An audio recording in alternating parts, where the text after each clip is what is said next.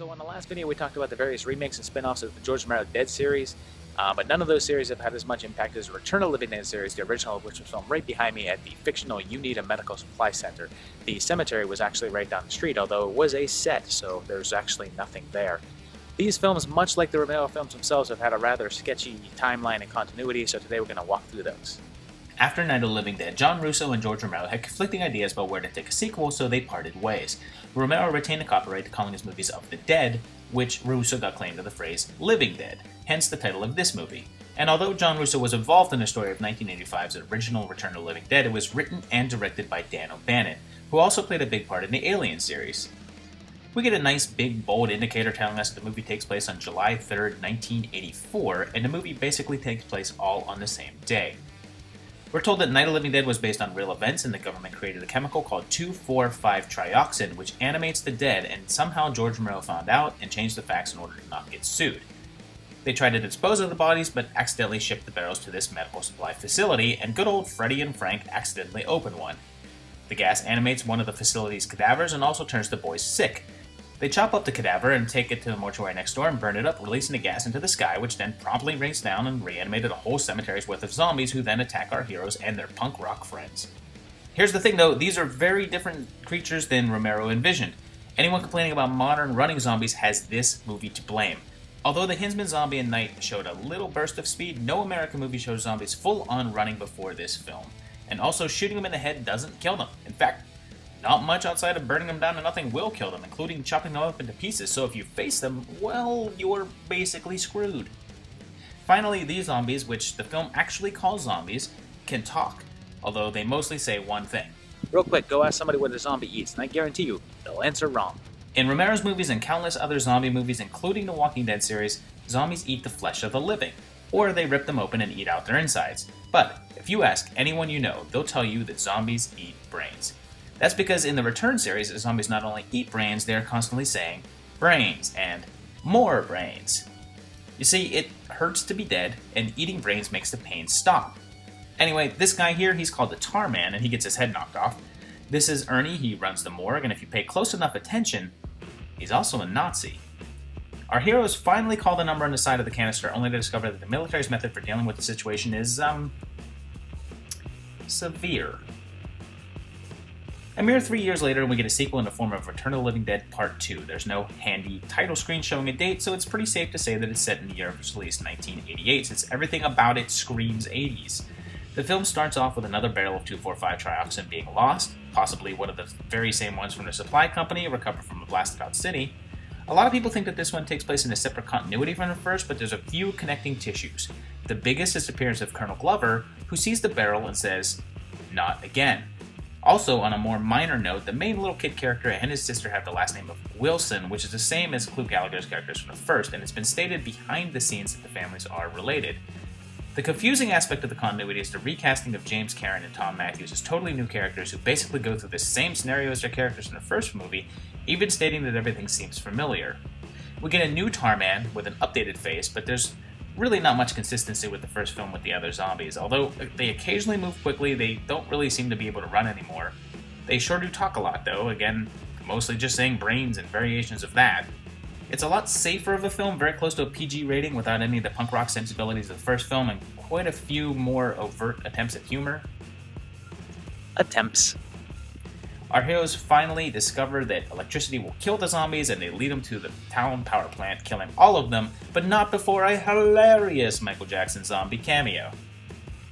Just a quick note that the series is already changing its own rules. Not only do zombies not run as much, but the whole aspect of eating brains to stop pain seems to have fallen by the wayside.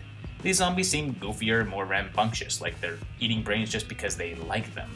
Also, Freddy and Frank, who are Joey and Ed here, are not transformed by direct exposure to the trioxin. It took 5 years for another sequel to appear, with 1993's Return of the Living Dead 3, and again, no on-screen date is given, but judging from the fashion, it's definitely 1993. We start off by learning that the military has decided to take advantage of the trioxin's side effects by reanimating the dead and putting them on battlefields. Their plan is to use the new paralysis bullets to freeze the zombies after combat and pack them up, but it doesn't go too well. There's some loose tie to the last one stating that the zombies specifically target brains because of the electrical impulses within it, and since he's the general's son, when our main character's girlfriend is killed in a wreck, he uses the gas to bring her back. What could go wrong? We get a new barrel zombie which looks nothing like the previous two, but we meet a few more later and each one has a different look, which may be because the chemical makeup of the gas is slightly different in each barrel, having different effects on the inhabitant and the gas it's released, which it would explain why the zombies from each canister act different, and in this one they act really differently. I mean, they still have bursts of speed, but they're mostly the spastic shambles from the last one, and Julie, our main character zombie, keeps most of her faculties, slowly succumbing to the infection, much like Frank and Freddy, although she was actually dead when she was hit with the gas, unlike them. And here's the film's biggest divergence. The zombies are just plain hungry all the time, and the hunger is all-consuming. Eating brains is the only thing that makes the hunger go away, except in an about-face from the first film when they feel pain. This causes Julie to basically be the first emo cutter in order to stave off the desire to eat people. And eat people she does. Another difference here is that although the zombies seem mostly preoccupied with brains, they don't mind eating other parts of people either, and their bites cause those people to also become zombies, and in the previous two films, with the exception of Trash, the only way to get infected was to either get dosed with the gas or be dead and hit with the affected rain. So, Julie goes full goth and piercings and cuts her whole body up, becoming a prototype suicide girl, and is finally captured by the military. It is then revealed that they have a backup plan, besides the paralysis bullet, which is remote control exoskeletons to control the dead. Weirdly enough, I mean, if the exoskeletons are remote control, why do they really even need zombies in there? Just put regular dead bodies, or better yet, just refine an exoskeleton and set it in the battle itself. But I digress. Anyway, our hero saves his girlfriend from becoming an exo-soldier, but all the zombies get out. One of them retains previous memories, kind of like Bub, and saves them. Unfortunately, Kurt gets bitten, so when they close off the facility to purge all the dead, he stays behind to burn with his one true love. Aww. So that was pretty much it for over 10 years. It took until 2005 for Return of the Living Dead Necropolis to come out. The film starts off with a company showreel for a company called Hybridtech that has supposedly helped stop previous zombie outbreaks. They say there hasn't been a zombie attack in over a decade, and then the film then jumps to Chernobyl, where Peter Coyote goes looking for a quick paycheck. I mean, barrels of trioxin. The barrels are apparently left over from the Chernobyl accident in '86, and the chemical inside is referred to as trioxin 5. Very quickly, one Russian thug gets some on his hands and becomes a zombie, and right here we established a big difference between these zombies and those of the previous films, as they can be taken out by a single headshot. Anyway, he takes the barrels back to part of America, where a large number of people talk with a Romanian accent, and of course, they get loose. A bunch of teens break into Hybridtech to rescue their friend, and it's revealed that the evil doctor is turning people into zombies for world domination, and oh look, zombie baby. Peter sets off an alarm which one of our characters tries to shut off. She does so, but then one of the teens shoots a security box, and for some reason, this sets all the zombies loose, which sounds like the worst security system you could possibly install. The full-scale outbreaks feature zombies that mostly shamble, but can be seen with bursts of speed occasionally. They only say brains, except for one zombie who says send more security guards in a callback to the first film, and their friend Zeke, who can make whole sentences after he changes. The big reveal comes when the hero's long-dead mother and father are shown to be turned into zombie superweapons. The movie then makes the rare decision to kill the little kid character, kills the super zombies with ridiculous ease, and then the military shows up to kill all the rest. The female lead randomly dies, apparently because she had an illness that would have prevented her from going back for the next sequel, filmed back-to-back with this one, and we wrap up with the doc making off with several barrels of trioxin 5 and cue dumb cliffhanger to... Oh, wait a second. Written by Bill Butler. Geez, Friday the 13th, Ghoulies, the Romero remakes, this is officially the fourth timeline of mine that Bill's been a part of, but it's just behind the camera this time. So the same year Return of the Living Dead, Rave to the Grave was also released. It picks up right where the previous one left off, with Peter Coyote with a pickup truck full of trioxin, selling it to some gangsters and getting bitten in the process. We then catch up with our collection of generic teens from the previous film, and it seems like some time has passed as they're in college now, so let's say about a year. Our lead Julian finds a barrel in a hidden room, but for some reason has no memory of what it is or what it does. Also, the characters act totally different. Cody was a motocross jock in the previous film, but he's suddenly a science wizard here.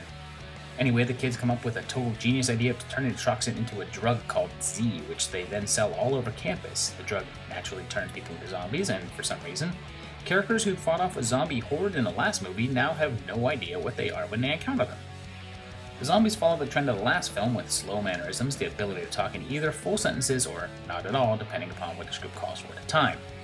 In one scene, zombies are talking about how frat brothers should share body parts, and in another, while characters are asking zombies questions, they are only able to say brains. They are also easily killable again, with a headshot being enough to take them out. On the bright side, we do get a new barrel zombie that at least looks somewhat similar to the first films. Everything winds up at the titular Rave, which is attended by all of Romania. Rural America. The drug turns everyone into zombies, and a full-on battle breaks out with our lead teens and the comic relief mobsters in Viking garb. The military steps in at the last minute and blows everything up with a missile that has the unique ability to create instant daylight, and we're left with the tar man walking off into the sunset, his last shred of dignity dripping into the ground. So there you have it, 5 movies with rapidly changing rules for the living dead and just the barest glimmer of continuity. But like I said earlier, I think if you go with the notion that the different chemical compounds in each of the barrels have different effects on the corpses within, you can kind of make a little bit of sense out of that. All in all, though, you cannot argue with the cultural impact that these films have had. So that's it for this week. We'll be back in a couple weeks with another new video. If you like this one, please like it. Please subscribe to the videos and share it if you like. Tell everybody about it and leave me some comments in the notes below. And we'll see you in a couple weeks. Thanks for watching. Bye-bye.